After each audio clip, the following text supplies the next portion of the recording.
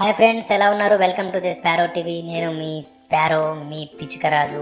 మిమ్మల్ని మనస్ఫూర్తిగా మరొక మంచి కథలోకి తీసుకెళ్ళిపోతున్నాను. పిల్లలు గట్టిగా ఒకసారి చప్పట్లు కొట్టండి. పిల్లలు, ఇప్పుడు మళ్ళీ ఒకసారి మా టిల్లు మామ వస్తాడు. టిల్లు మామ వచ్చి మీకు ఒక మంచి కథ చెప్తాడు. కథ చెప్పే ముందు నేను మీకు ఒక పొడుపు కథ చెప్తాను, ఓకేనా? టిల్లు మామ, welcome to the sparrow TV. Hi పిల్లలు, ఎలా ఉన్నారు? ఈ పిచ్చుకరాజు ఇప్పుడు ఒక పొడుపు కథ చెప్తున్నాడు. ఆ తర్వాత నేను మీకు ఒక కథ చెప్తాను. పిల్లలు ఓకేనా? పొడుపు కథ ప్లీజ్. ఎస్, వినండి జాగ్రత్తగా. పొడుపు కథ ఏంటంటే, మాకు రెక్కలుంటాయి కానీ ఎగరలేము. మేము కాగితంలా ఉంటాము కానీ పుస్తకం కాదు. గాలిలో ఎగురుతాము కానీ పక్షులం కాము. ఇంతకీ ఎవరు మేము? ఇప్పుడు ఈ ఆన్సర్ తెలుసుకోవాలంటే మీరు ఆలోచిస్తూ ఉండండి. మా టిల్లు మామ స్టోరీ చెప్తున్నాడు. టిల్లు మామ, let us start the story.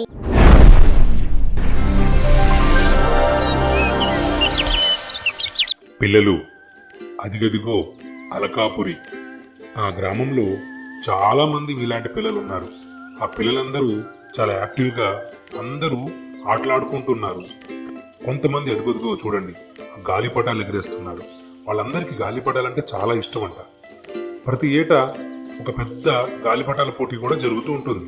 ఆ గాలిపటాల పోటీలో కూడా వీళ్ళు పార్టిసిపేట్ చేస్తూ ఉంటారు. ఆ గ్రామంలో రాజు, రవి అని ఇద్దరు స్నేహితులు ఉన్నారు. అందులో రాజు చాలా గొప్పగా గాలిపటాలు ఎగిరేస్తాడు. అతను ఎగిరేసే ప్రతి గాలిపటం కూడా చాలా ఎత్తుకి, ఆకాశం అంత ఎత్తుకి వెళ్తూ ఉంటుందన్నమాట.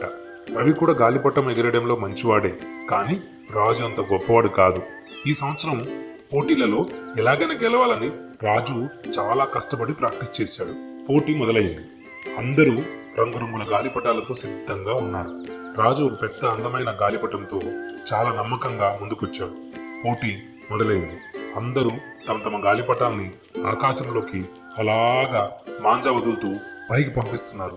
చల్లటి గాలి, గాలిపటాలు రంగు రంగుల్లో ఆకాశంలో ఒక రంగుల్లాగా అలాగా తిరుగుతూ ఉన్నాయి. రాజు గాలిపటం చాలా ఎత్తుకు వెళ్ళిపోయింది. అందరూ అరుస్తూ, ఇదిగొదిగో నాది పైకి వెళ్తుంది, ఎదుగు చూడు చూడు అంటూ కేరింతలు కొడుతున్నారు. కానీ కొద్దిసేపటికే బలమైన గాలి వీచింది. రాజు గాలిపటం దారం తెగిపోయింది. అది గాలిలో తేలిపోతూ దూరంగా అలా అలా కొట్టుకుంటూ వెళ్ళిపోతుంది. రాజు అలా చూస్తూ చాలా బాధపడిపోతున్నాడు.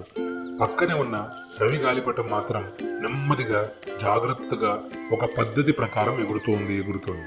అది అంత ఎత్తుకు వెళ్ళిపోయినా గాలికి తట్టుకొని నిలబడింది. రవి తన గాలిపటాన్ని చాలా నియంత్రణలో, చాలా కంట్రోల్గా ఎగిరేస్తున్నాడు. చివరికి రవి గాలిపటం ఒక్కటే ఆకాశంలో మిగిలింది. అందరూ చప్పట్లు కొట్టారు. రాజు రవి దగ్గరకు వచ్చి, నువ్వు నాతో ప్రాక్టీస్ చేసినా చూశాను, కానీ నీ గాలిపటం అంత పైకి ఎగరదేమో అనుకున్నాను. కానీ నువ్వు చాలా తెలివిగా ఎగిరేశావు, నిదానంగా జాగ్రత్తగా ఎగిరేశావు కాబట్టే నువ్వు గెలిచావు. అది అంత పైన ఎగిరింది.